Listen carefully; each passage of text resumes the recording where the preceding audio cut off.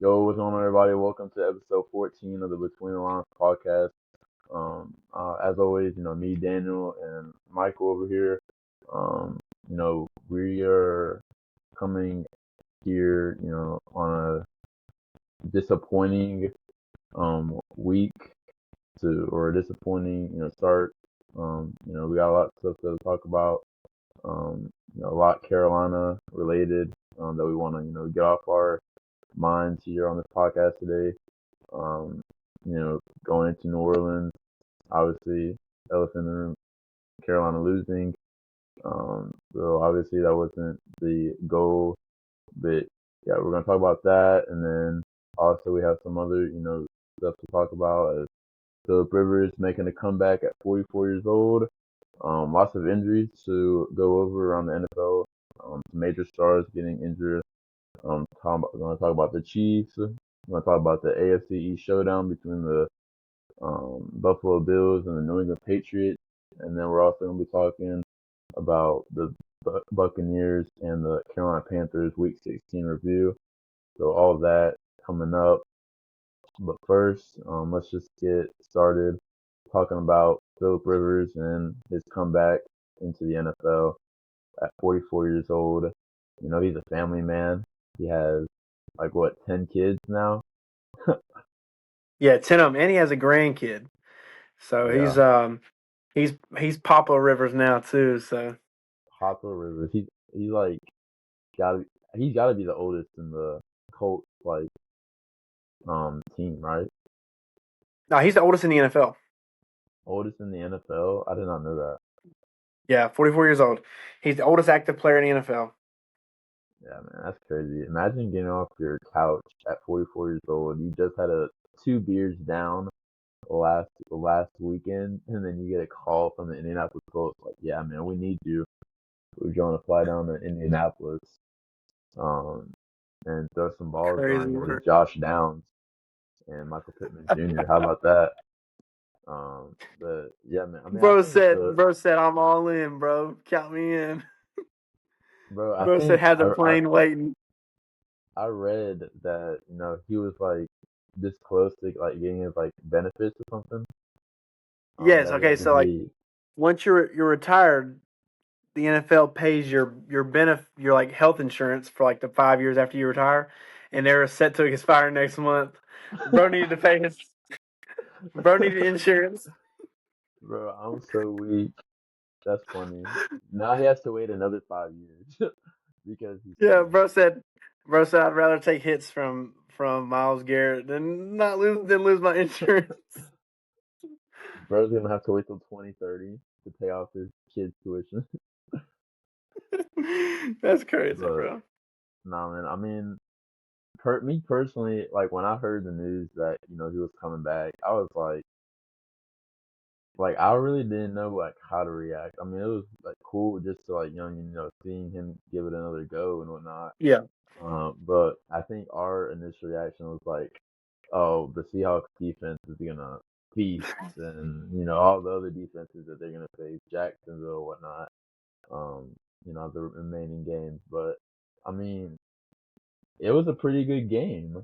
It Yeah, took fact. him down to the last field goal, game-winning field goal from Jason Myers, for the A Seahawks to long beat one the too. Colts. Yeah.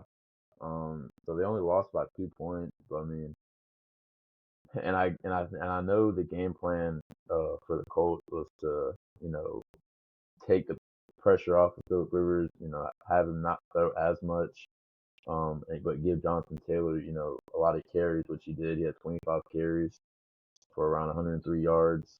Um, so obviously that was the game plan there. And obviously with Seattle having a really good run defense, um, regardless, that was going to be the case for them going in that game. But I mean, Philip Rivers, 18 for 27, 120 passing yards, touchdown, interception. Surprisingly, the thing that I was surprised the most of that he only took one sack. I thought that was the So most I saw surprising Unc fall down. I saw Unc fall down in the thing. pocket, and Unc That got was back up. I crazy. said, "Salute to Unc for getting back up, bro. Was not scared. I got to give it to him." Yeah, one sack. I thought that was the most surprising thing from that game, in my opinion. But also, like, not to like speak over you, but like Not I took you. down a stat. Out of his 120 passing yards, 95 of them yards were after the catch. So he only had, if you look at it, 25 air yards. On a short week, he just got into Indianapolis on Tuesday. Obviously, Shane Steichen was his quarterback coach in San Diego / Los Angeles when he played for the Chargers. But um, still, he's probably made different changes to his play style, his offensive game plan in 7 8 years. So, obviously it's new for Philip Rivers. He also hasn't played in the NFL, hasn't seen a defense since COVID. I think, like you said, trying to take the pressure off from him. Looking back on all his throws, all 27 of them, a lot of them were screen passes. Abdullah got a few of them. Jonathan Taylor got a few of them. Even the Josh Downs touchdown was a 4 yard pass, a little across the middle that turned into an 8 yard touchdown. So, his first pass attempt was a moonshot to Jonathan Taylor that was underthrown by about 15 yards. So, just kind of knocking off the rust for the old man. But, got to give it to him. I don't know how many 44-year-old quarterbacks would, come off the couch and be ready to play within, less than a week. Um, obviously they had made calls to other people, but those people turned them down. So I heard that Derek Carr was contacted. Obviously, he turned them down, but in the end, they wanted Philip Rivers, like you said, like I said. The familiarity with Shane Steichen. They've worked together before with the Chargers, so I think Philip Rivers. Honestly, I'm gonna be honest. I think Philip Rivers does love football, and I think he wanted to come back and play football. I think he missed it. Obviously, he's been a high school coach the past 5 years since he's been out, so he's stayed around football. He loves football, and I'm impressed for a 44-year-old guy to come out in less than a week. Not even being signed to a team last Sunday, and then coming out this Sunday against one of the best, if not the best, defenses in the NFL, in the 12th man in Lumen Field, to come out and throw for over 100 yards. That's pretty impressive. I got to give it to him. Obviously, he has another tall task next Monday night. They announced him as a starter against San Francisco next Monday night. So, another tall task. They're trying to make the playoffs. They're slowly falling down. They've slowly, you know, well, a few weeks ago they was top of the AFC. Now they're kind of in the thick of it.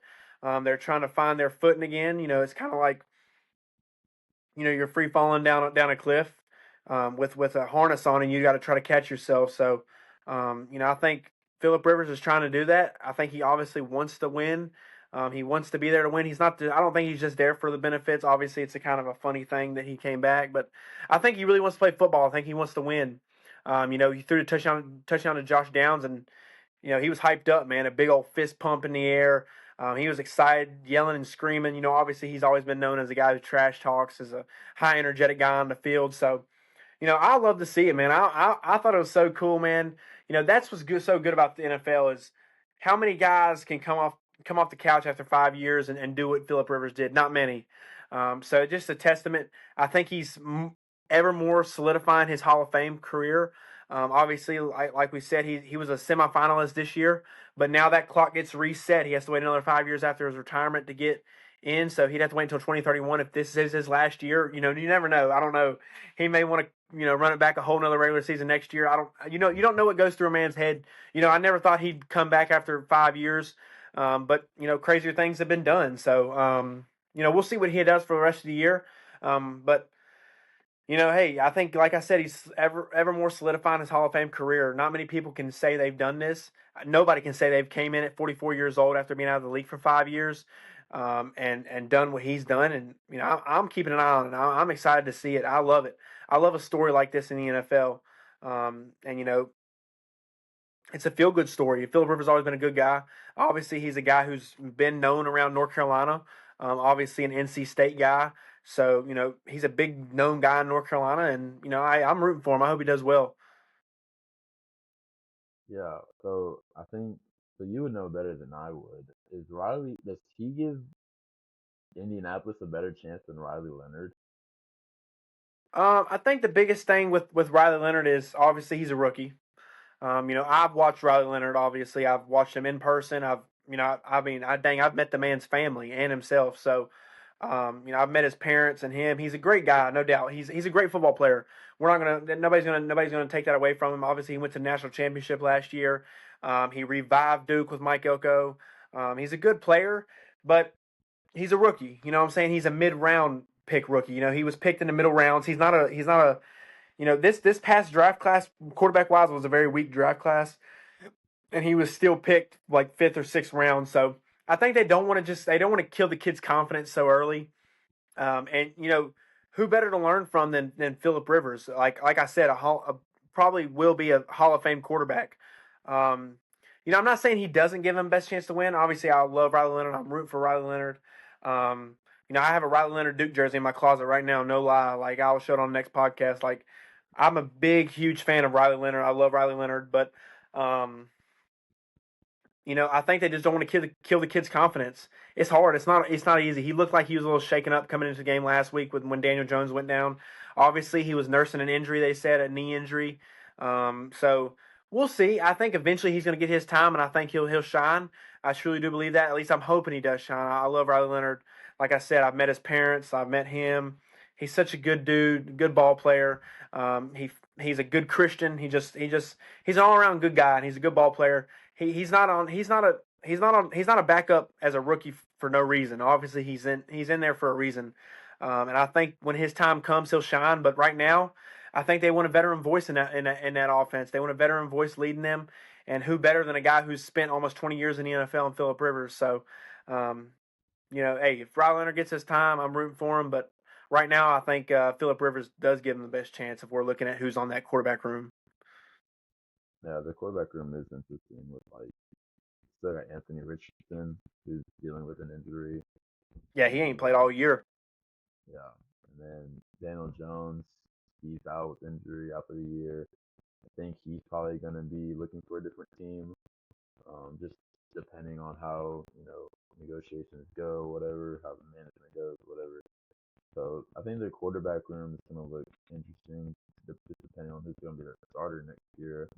Um, could be Philip Rivers, could be Riley Leonard, could be it's gonna be interesting to see. Obviously, week one Yeah, next year will not be um, Daniel Jones. It won't be Daniel Jones yeah, next year, week one. Obviously, with an Achilles injury. So, yeah, um, yeah, like you said, that's gonna be very interesting to watch.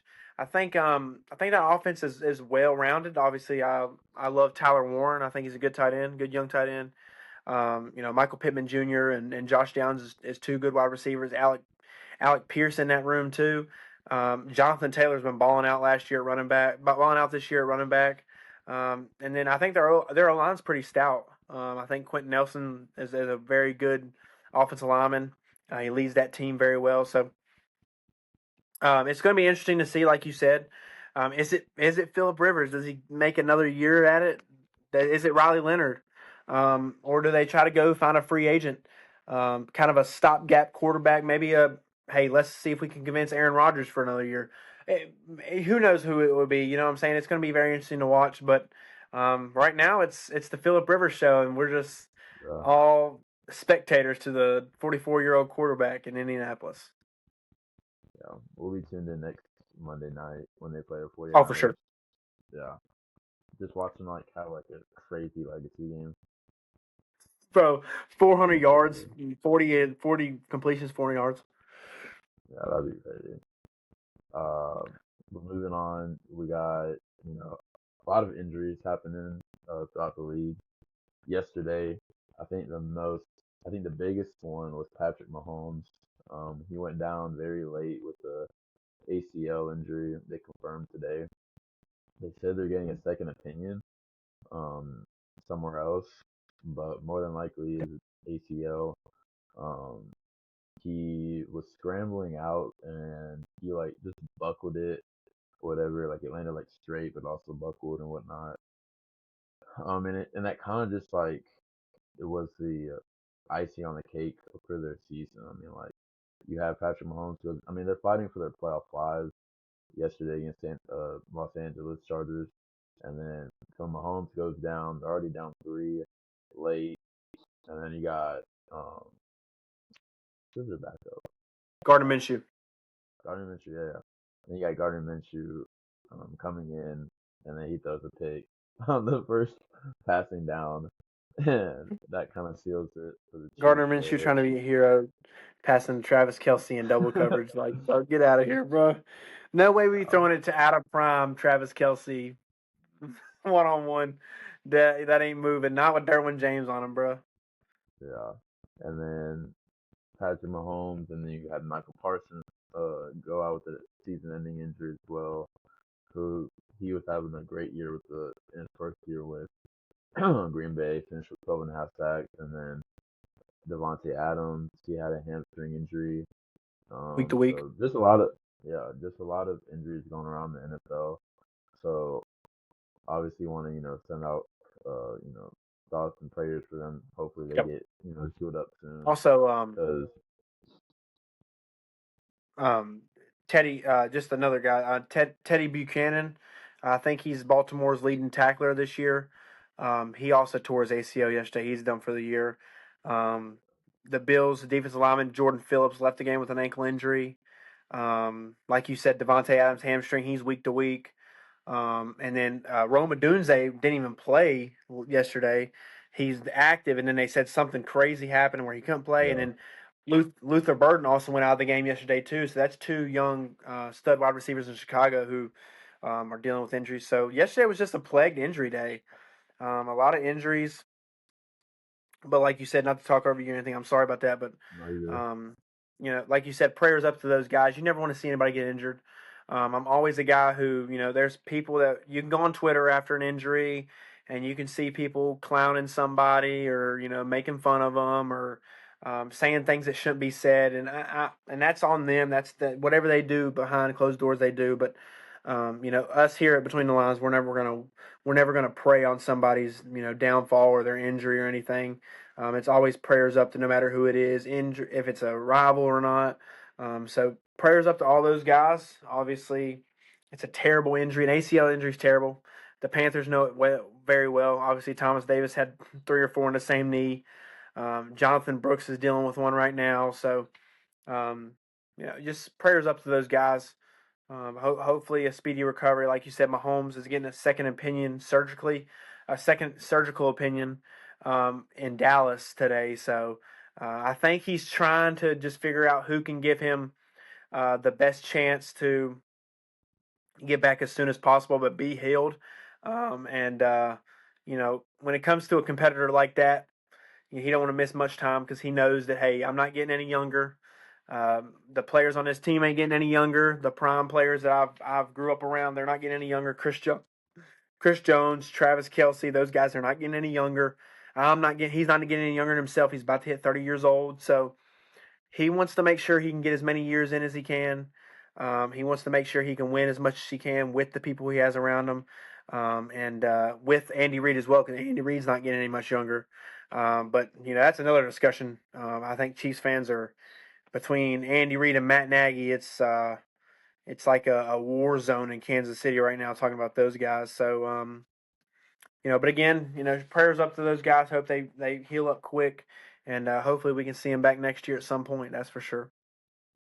Yeah, man, 'cause I'm a big Mahomes fan. I love watching him play. Sure, for sure. I think the game's better with all three of those guys I mentioned. But I mean, speaking of the Chiefs, our next topic is them being eliminated from the playoffs officially after losing to the Los Angeles Chargers at home, 16-13. This is the first time missing the playoffs since 2014. Just think about that. 10 straight years of going to the playoffs. 10 straight. 7 straight AFC championship appearances. 5 AFC titles. 5 Super Bowl appearances. 3 Super Bowl wins. I mean, that's the dynasty right there, man. I mean, Oh, for sure. and it really started when they got Patrick Mahomes. Um, so he's been the key to their success. Him, Andy Reid, Travis Kelce, the big three there, has been the key to their success. And a lot of people are writing them off for next year as well. Um, there's a lot of speculation that maybe this was Travis Kelce's final year. He has taken a drastic step down production wise. He's not the same route running guy that he was, earlier in his career. He's just kind of that guy that just tries to find the zones. He's not really a route runner anymore. But I mean, yeah, man. Just it felt weird watching him, watching his team this year. You could definitely tell that there was no consistency at all with this team. Kind of like the Panthers. I mean, there was no consistency. They have no running game. Their receivers took a step back. I thought when they got Rasheed Rice back, I thought, they were on a mini winning streak there for a sec. They were on a 3-game win streak. Um, but then after that, it just kind of fell apart. I don't. I think. Um, I don't know. I think their defense also took a step back with the play of their corners. Um, I think Steve Spagnuolo is still a tremendous head coach. I don't know if he's gonna stay with Kansas City. He might look for a head coaching job because it's long overdue for one. But if he decides to, stay as the defensive coordinator with Kansas City, I think Kansas City should. I think he and the organization should really look to bump up the defense a little bit. Um, Chris Jones, the one man wrecking crew on the defensive line, but they have struggled with consistency on that defensive line as well. So I feel like if they could bring in some pieces to help out Chris Jones on that line, because Carl Loftus is good, but he was average. He's been average this year compared to his previous years with Kansas City. Um, and I thought, their defense could use a little bump up next year. But and I thought their offense was really hard to watch as well. I've seen a lot of their games this year. It's pretty much the same um, run, and then Mahomes tries to scramble, drill, tries to find receivers, and no one's open. So it was really, different compared to years past, to where they just shot the ball downfield, play action here and there. But yeah, man, it was weird seeing them officially get eliminated. Um, what do you think, about Kansas City moving forward, in terms of like, could they potentially be back to another Super Bowl playoffs next year? I mean, it all just depends on like Mahomes' recovery time, but what's your thought process? Yeah, I agree. It all depends on, first off, it all depends on Mahomes and his recovery. We'll see what that surgical opinion is, and we'll see how long the timetable is for his return. Obviously, like I said, he's a competitor. He's going to want to get back as soon as he can, but um, the other pieces around him. Do you keep that team intact? Obviously, the biggest question on that team is going to be: does Travis Kelsey stay another year, or does he retire? Obviously, he's in love, so I mean, maybe it's his. He's done. He's older, but we'll definitely see. The biggest thing that I want to point out this year about them is the one score games. They've been in 5 of the last 6 games have been one score games.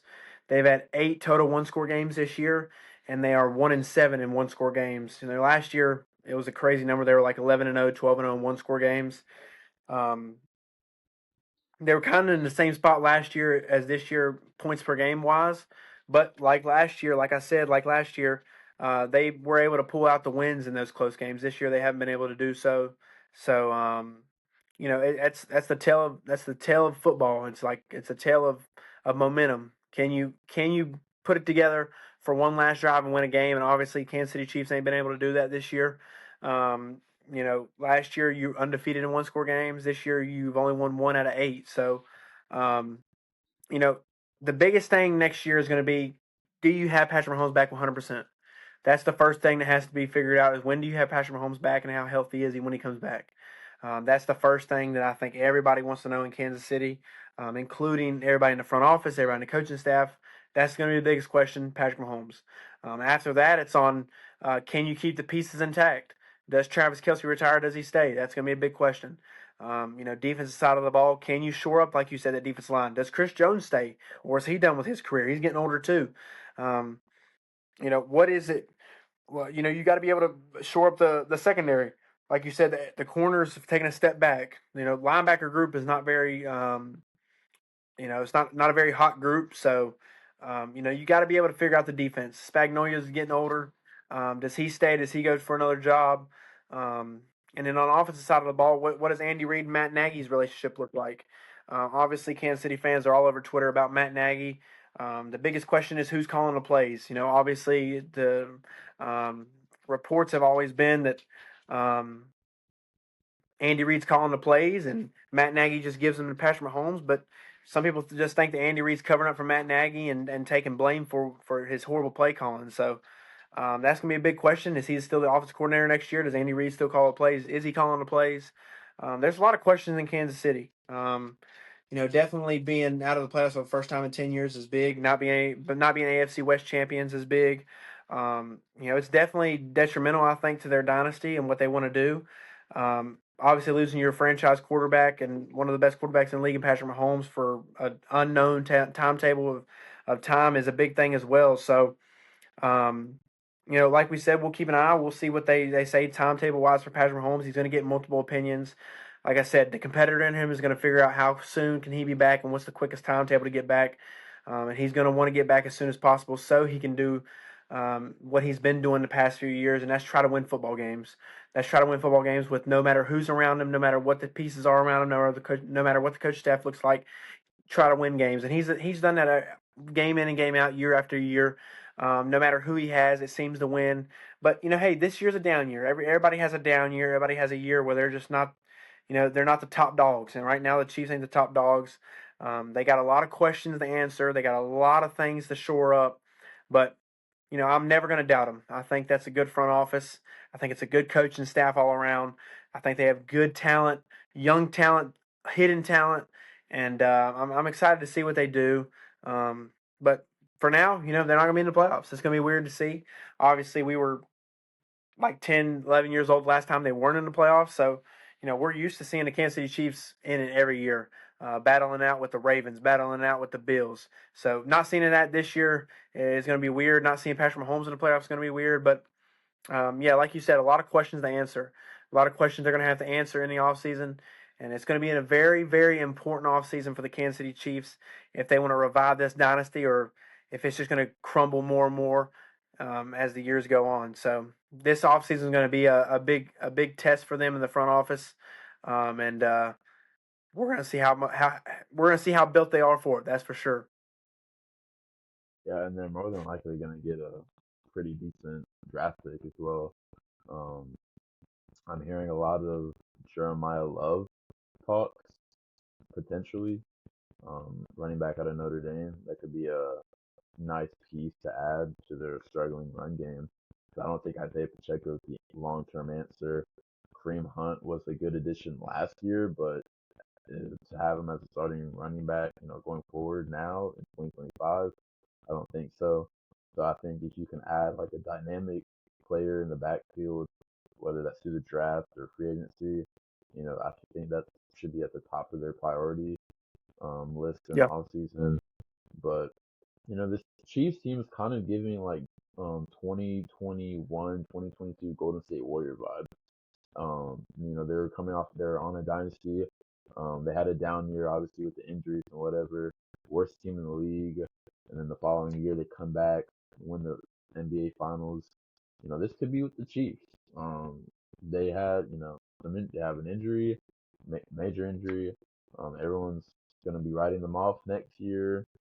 If they could potentially add some pieces, get a good draft pick. I think that's what people are forgetting about is that, that draft pick's going to be very key for them. So, if the Chiefs, draft well, they make some nice moves in the offseason, and then if Patrick, how long is the ACL injury? Depends. Probably about 8-9 months. Usually, probably 8-9 months. So it could be around the time to start the NFL season next year. It just depends on how well his rehab goes and how quick he can get in for surgery. Obviously, you have to let the swelling in the knee to go down, so that might take a few weeks. So But I have no doubts that everybody's question is how long is he going to be out and how quick will he be back. So as soon as they know, the world will know. That's for sure. Yeah. But moving on to our next topic, we had a little AFC East showdown yesterday with the Buffalo Bills and the New England Patriots. And it was a pretty nice back and forth game. Josh Allen did Josh Allen things. He tried to carry the Bills on his back, leading them from a 21-point comeback. Um, and then you also had the help of James Cook. He had a hat trick of 3 touchdowns to add on um, to their comeback. And then I thought the Buffalo Bills defense played Drake May very well in the fourth quarter. Drake May really couldn't, you know, get out of the pocket a whole lot, make accurate throws like he's used to doing. Um, but I mean, during the first half, it was all New England. But I think in the second half, Buffalo really figured them out defensively. And that just led to, if you give Josh Allen an opportunity, he's gonna come up for his team. So I was very impressed with the Bills' effort coming back. They had a similar situation, against the Ravens earlier this year, where they had a major comeback.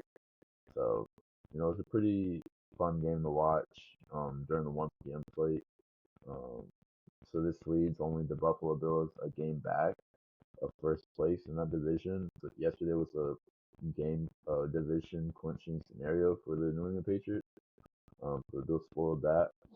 But I mean, they still got 3 games left to go. They got a major Sunday night football game against Baltimore, um, which you know that will be a very intriguing matchup because the Ravens are still battling for a playoff spot, so it's not going to be easy for New England.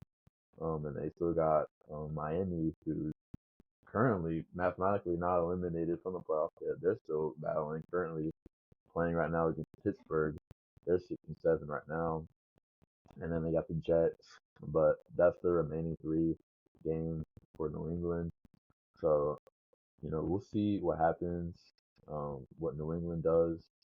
I think a lot of people are still going to have them winning their division just based off the play of Drake May and what he's capable of doing. But don't count out the Bills. I mean, they know it's at stake. They know that they're not far behind from regaining first place in that division. So, and potentially clinching a playoff spot. So, I wouldn't count the Bills out at all. Yeah, for sure. I agree. I think it's going to be a neck and neck race to the end for the AFC East. Um, good old New England and Buffalo battling it out again. It's good to see that again. But like you said, 2 good teams, battle of 2 MVP candidates yesterday. Josh Allen, 19 for 28, 193 yards, 3 touchdowns for him. Drake May with 2 touchdowns on the ground with his legs. He didn't have a great stat line passing, 14 for 23, 155 yards. He did throw a pick, but shout out to TreVeyon Henderson, man. What a game from TreVeyon Henderson yesterday. 14 carries, 148 yards, and 2 touchdowns. A great piece of running from the rookie out of Ohio State. Um, Ramondre Stevenson had 6 carries for 50 yards. He had 77 total. So it was really the game of running backs for both teams yesterday. Like you said, James Cook, 22 carries, 107 yards, and the hat trick. He had 2 on the ground, 1 through the air on his touchdown. So it was a game of running backs yesterday, and the running backs really shined. TreVeyon Henderson, Ramondre Stevenson, and then James Cook all shined yesterday. But the Bills, man, like you said, they were down 24-7 at halftime in New England, backs against the wall, potentially giving up the AFC East. Um, and hey, Josh Allen does Josh Allen things. Comes out in the second half, outscores them 28-7. Kind of what we've seen with the Carolina Panthers a little bit. Bills defense keeps the score low and lets the offense do their thing. They went 5 for 6 in the red zone. 6 red zone trips is big, especially when you're on the road against a very good division rival. They had 5 touchdowns in the red zone. They were 8 for 14 on third downs. They didn't turn the ball over not once. So just a good piece of game plan from Sean McDermott and Joe Brady, the offensive coordinator. I think they really made great halftime adjustments. That's what we always talk about is the good teams make good halftime adjustments. The good teams figure out a way to win when their back's against the wall. And Sean McDermott, like you said, done it once before this year against the Ravens, and now they've done it now against a division rival in the Patriots. So, I think Allen has thrusted himself to first place in my opinion, in the MVP race. It's going to come. That one's going to come down to the end as well. There's so many good MVP candidates. Matthew Stafford's up there. Josh Allen's up there. Drake May's still up there. Jonathan Taylor is up there a little somewhere. So it's going to be a good race for the MVP down the road. I think it's just whoever plays better the last few weeks. It's kind of neck and neck right now, and Josh Allen played better yesterday. So shout out to Sean McDermott, like I said, 21-point comeback. Really a 21-point comeback. You were down 21 in the third quarter, and you were able to pull it out. But like you said, the last three games for each team is split between. New England they're in Baltimore, in New York with the Jets, and then they come back home for Miami to finish it out, and then Buffalo. They're at Cleveland this week, and then they come home for Philadelphia, and then they come home to finish it out with the Jets. So two schedules where I think that all New England would have to do is just beat the Jets and the Dolphins, even just beat the Ravens this week, bounce back win, and they can clinch the AFC East. It's going to be a good race to the end. But like you said, man, you got to love division matchups deep into the season. Two good teams, two MVP candidates, battling it out, seeing who's better. And yesterday, Josh Allen outdueled the young Drake May. But would love to see them meet again in the playoffs. That's for sure. Yeah, I had a sneaky feeling that Buffalo was gonna um, get the edge over New England here. Granted, they were on the road. It's hard to beat your divisional opponent twice, um, especially considering how good both teams are. But I had a sneaky feeling that they were gonna edge it out there. But I mean, speaking of divisional opponents, now time to talk about the major storyline from yesterday. Carolina Panthers going on the road to face the New Orleans Saints, and which was probably their most important game in like almost 8 years.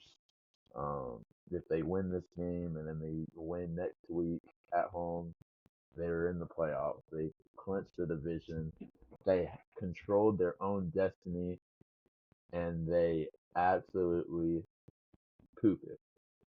They did not come prepared at all. They were not disciplined. It's like they didn't even want it. Um, I'm not in the locker room. I'm not, the reporters, I don't know what they're saying, what they're talking about. I don't know the game plan, but it was just very disappointing from a fan perspective, watching them.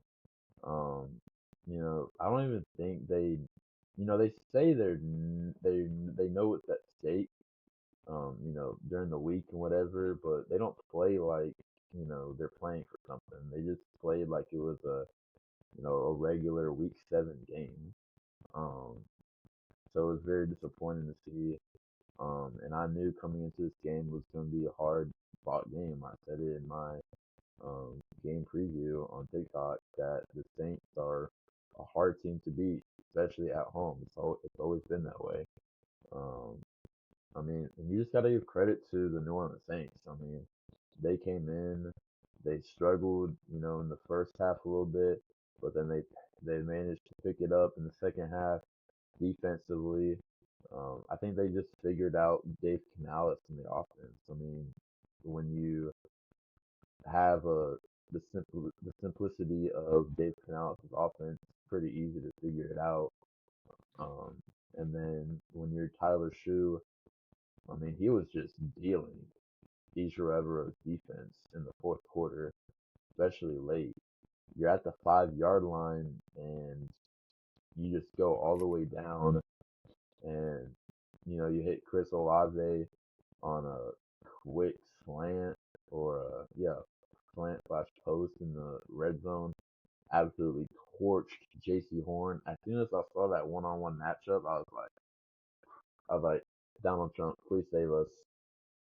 That's literally what my reaction was. I was like, that's crazy. Um, but Chris Olave has gotten J.C. Horn's number, um, over the past couple of years. So I don't know, man. I have a lot to talk about, but I'm gonna let you, say what you gotta say what you think. What are your thoughts? Yeah, just highly disappointed in the offense. I can't really. I mean, we could put some of the blame on the defense, but most of the blame has to be on the offense. But both sides were undisciplined, especially late in the game, undisciplined. Letting them drive down there, like you said, cap it off with the Chris Olave touchdown. They just let him methodically torch him down the field. Dave Canales said it was a lot of miscommunication on that drive on the back end in the secondary. That's got to be figured out. You're in week 15, week 16, week 17, week 18. This deep in the season, communication in the back end, secondary wise, should be figured out. Especially when you're coming off a bye week, you've had 2 weeks to prepare for these dudes. It's a team you played before, their division rival. The same quarterback you played against the first time. You have more film on him now because he's played more games. You know his tendencies. You know he likes to go to. You know what type of plays I like to run. Kellen Moore has been around the league many years. He's been an offensive coordinator many places. He's run the same stuff everywhere. He does the same things. So, you had 2 weeks to prepare for these guys, knowing what was at stake, especially, and you didn't take advantage of the help you were given. Obviously, New Orleans helped you the week before against Tampa Bay. Atlanta helped you out this past Thursday night, and you didn't take advantage of it. You didn't take advantage of it. You went to New Orleans thinking you could just walk all over my bet, and you came out looking like a team just came off their bye. You looked complacent. You looked lagging. You looked slow. There was no fire in the team at all. I get we scored 17 points. We had some good plays, some big plays. Obviously the Coker touchdown was very nice. The Xavier Legette catch, coming back to it was nice. Stuff like that, that's okay. That's cool. Okay, we had the cool plays, but we didn't put it together for 48 minutes. For 60 minutes. I'm sorry. You didn't put it together for 60 minutes. You didn't put together a complete game, and that's what you got to do in this deep in the season. When you're fighting for the division title, when you're fighting for a playoff spot, you have to put it all together, and we just didn't. We weren't disciplined. Bryce Young, 15 for 24, 163 yards and a touchdown. He had 50 rushing yards on the ground. But, again, Dave Canales tried to run the ball, and it just wasn't working. The run game was not working whatsoever. Rico only had 16 carries for 49 yards. He only averaged 3 yards a carry. Chuba only averaged 3.5 yards a carry. They both had 24 carries combined. So when that's not working, you can't just keep trying it. 4th and 1, we go into that two-back look with Rico and Chuba Hubbard. Chuba Hubbard dive up the middle, and he gets absolutely stuffed. That's a terrible play call. I'd rather like to see Bryce Young get rolled out a little bit. He obviously can use his legs. It worked a lot yesterday. When he's one-on-one in the field with a perimeter guy like a linebacker or a defensive lineman, he always makes that guy miss. I trust him to get 1 yard. But like one of the Panthers reporters posted today is, you look at any other team in the NFL, they have a package for quarterback sneak or a sneak of some sort. You look at the Eagles, the tush push. I mean, it works well. But you look at any team in the NFL, they have a sort of 4th and 1, 3rd and 1, a short situation sneak play. Even the Steelers use their tight end as the quarterback sneak. They use a bigger guy. Obviously, they don't want to use Aaron Rodgers because he's an older guy. They want to protect him. They want to preserve him. I understand that. That's understandable. He's a guy who's coming off injury. You want to preserve that guy, but they use their tight ends. They've used their tight ends all year. Aaron Rodgers will stand behind. Tight end comes under center. He'll get a yard or two. You got to be able to figure that out. If you don't want to put Bryce Young under center and get pushed across the line, that's fine. I understand. He's a shorter guy. He's not one of the bigger, more premier quarterbacks in the NFL. I get it. Whatever. That's cool. Okay, then put Tommy Tremble under center. If you have to, put Jatavion Sanders under center, Mitchell Evans under center. put somebody under center. I don't care if you bring big Derek Brown out there and put him under center. I don't care who you do, but you got to figure out how to have a short yard situation guy who can run a sneak up the middle, who can grab the under center, sneak it up there, get a yard, and move on. You snapping the ball. By the time you snap the ball, reverse out and hand it to a running back, you got to think they're bringing 8 or 9 guys. They know what's coming. They're going to play one-on-one with the guys who are eligible, which are the tight ends, and then they're going to just play 9-8. They're going to rush everybody, and they're going to say, "Look, it's man on man," like Coach Diamond used to say, my old high school coach. That's Bob time. That's big on big. By the time you're rolling out and giving it to your running back, the defensive line has penetrated by that point. Your offensive line can only do so much. They can only do so much. They can only push for so long, and your defensive line is going to penetrate. They're going to make. They're going to bend and they're going to stunt and they're going to move people around where it messes up your offensive line. So if you can have a guy who's under center and just as soon as he catches a snap, he goes forward and he can get you a yard, that's what you need. We got to figure that out. The short yardage situation has hurt us all year. It's took points off the board, and it kills us towards the end of the game. And I'm just disappointed, man. I'm not happy at all. Um, being swept by the Saints was not what I had on my scorecard, especially after the teams we beat this year. But that's been the name of the game. We usually play down to the level of the team we're playing, or play up to the team we're playing, and we've done it all year. The teams we should have beat, the teams we've been favored against, we lost. We're like 0-11 now, being betting favorites, point favorites. So it's the longest streak in the NFL. You got to be able to figure it out and break it eventually. And right now, it just doesn't look good at all for us. 7-7. You play the Buccaneers twice and the Seattle Seahawks. I think our chances of the playoffs are slim. Obviously, mathematically, we're not eliminated, so I'm not going to say they're impossible. But I think it got really slim yesterday after that loss. I think the Tampa Bay Buccaneers are going to come into Carolina this Sunday very hungry, and we'll see how we respond. But it's going to be 3 tough games. 2 of them are against a division rival who's battling for the same spot you are, and that's a playoff spot. So we'll see how it goes. I'm gonna let you say what you want to say, and but yeah, highly disappointed, undisciplined. Coaching staff's got to be held accountable. Coaching staff Dave Canales has got to be held accountable. He's got to be better. We've said it over and over again. We'll keep saying it until it shows consistently. But I'm disappointed, and I know you are too. So I'll let you say what you got to say. Man, I couldn't agree with you anymore, man. I mean, uh, consistency has been the key word with this team all year. I mean, there's just none of it. Um, I heard people call us a good team. Look at the Carolina Panthers. They're, a great team that beat these good teams like the Rams, Packers, whoever. Um, but good teams are consistent, and that's not what Carolina is. Um, Good teams don't get swept by their divisional opponent who's 3-10, 4-10. They don't, you know, lose these games that they should win. Um, so that I think that's the hardest part to kind of like comprehend as a fan is that like these are games that we know we can win. The execution is not there at all. Um, I think Dave Canales has a serious issue of like he has his game plan and then he just sticks to it no matter what. Um, and I think that's what hurts us a lot because teams know what you're doing, but you don't switch it up whatsoever until like late in the game. And by that point, you're not used to doing it, so it feels out of rhythm, and you're kind of cooked from there. Um, you know, you had a good first offensive drive to start the game, had 7 points there. Um, but I feel like you could have it could have been so much better.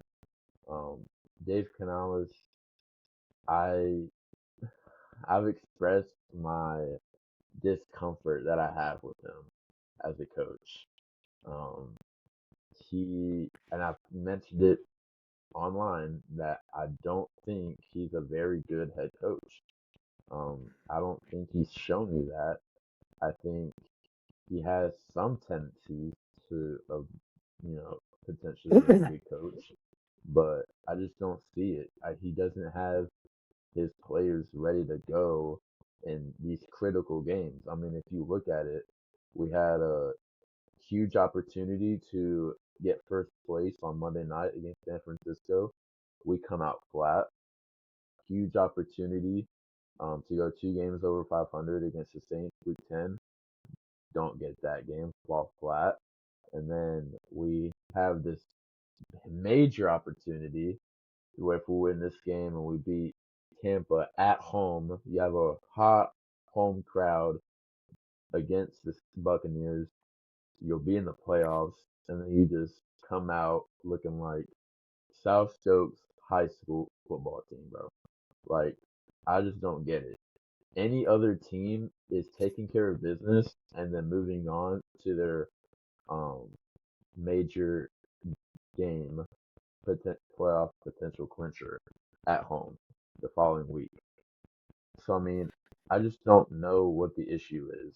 Um, and like you said, three major games left. The only way the Carolina Panthers can be in the playoffs is if we sweep Tampa or if we split between Tampa, but we beat Seattle and then the Buccaneers or lose to the Miami Dolphins. So that's the only two ways that we are able to make the playoffs. I think our best bet is to just sweep the Bucks, but I don't know, man. I mean, it's just I literally told this to my dad yesterday. I mean, whatever version of this team wants to show up, that's just gonna determine the game. And I mean, they can't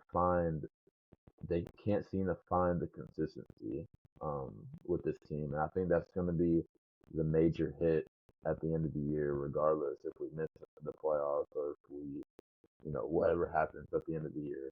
Because that's gonna come back and bite us where it hurts. So I think, you know, coaching, you know, the discipline wasn't there. Shaw Smith Wade, I mean, two offside penalties this game, both on field goal, um, in which not necessarily hurt us, but I mean, that's just what it is, discipline. Because like, imagine if the Saints missed that game-winning kick, but they called it Shaw Smith way offsides, and they re-kick it, and he makes it. Like, it's just stuff like that Yeah, kind of undisciplined. Yeah. eats it.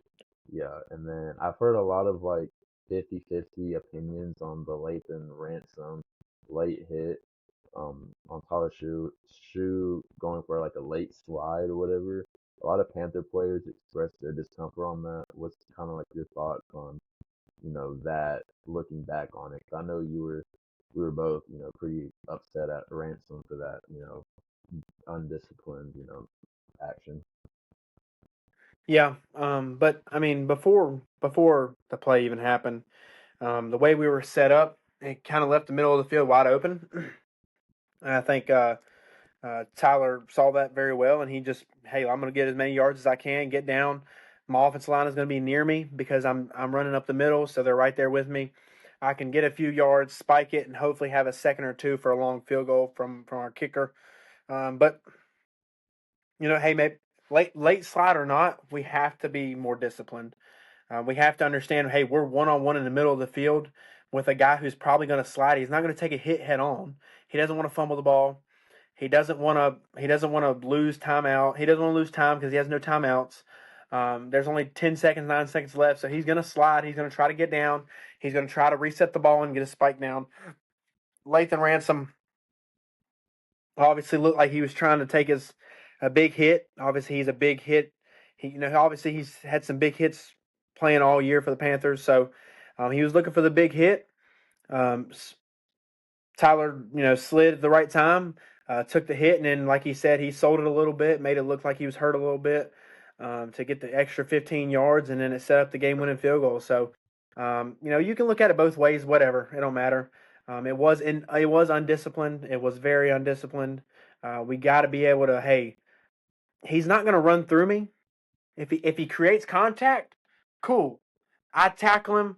I hold him down. The clock drains a little more. Maybe he spikes it. Maybe he doesn't. Maybe the clock runs out. But just be a defender. He's a quarterback. He's not gonna run into you. He's gonna probably slide 9 times out of 10. He's in the middle of the field. He's trying to preserve time. They have no timeouts left. You got to understand the situation where you're at. It's not always, hey, let's just take the guy's head off. It's got to be, hey, how can I help my team out here? You went from him only gaining 5, 6 yards to him gaining 20 because he got a 5 yard run and a 15-yard penalty. So it's little things like that. If you tackle them in bounds, they may not get set again. The wide receivers have to run back down and get set. The line has to get set. The ref has to set the ball. So, with 9 seconds and counting, no timeouts, they may not have got it on the ball again. So, it's just got to be more disciplined. Obviously people are going to have their opinions, but hey, the penalty happened, the kick happened, and we lost the game. So we got to win against Tampa Bay now. That's on to the next game, and that's all we can say about it. Yeah, yeah. So, I mean, like you said, game's over. We just got to regroup. Um, I hope and pray that this team knows what they're fighting against now. Um, they know what's at stake. You sweep and you're in. You split and don't beat Seattle, then you're out. So you gotta really lock in right here. Um, Yeah. you know, so going up a preview against the Tampa Bay Buccaneers. Obviously we both have the same record. Um, they have Mike Evans back, who seems to be the Carolina killer, who just loves to play torch us, torch us every time he plays us. It's always a tough matchup on JC Horn, um, defensively, but we do get the benefit of the doubt, playing them at home. So that kind of gives us a little bit of an advantage there. Hopefully the home crowd shows up, help helps us a little bit. Um, you're gonna be sitting in the 100s. So I know you're gonna have those people, you know, ready to go. We already know we're gonna be Uh, lit. We're gonna bring this the section 547 hype down to the lower bowl, and we're gonna get lit. You gonna hold it down up top. I'm gonna hold it down low, and we's gonna try oh to win a yeah, big game. That's what we're gonna try to do. yeah. So I mean, we just gotta take it one game at a time. Um, you know, 7-7. Let's beat Tampa here, and then focus on Seattle, and then hopefully Miami can lose to, or no, Tampa can lose to Miami can beat Miami or Tampa. whatever. Yeah. So, um, yeah, just really, but we don't want to, lean on others to help us. We shouldn't be in Yeah, that you gotta position. win. You gotta take care of it yourself. Yeah, because we were leaning on Atlanta to win, but that's not going to happen all the time. So we got to take care of Yeah, our business and not rely on others. So I mean, that's just how it is.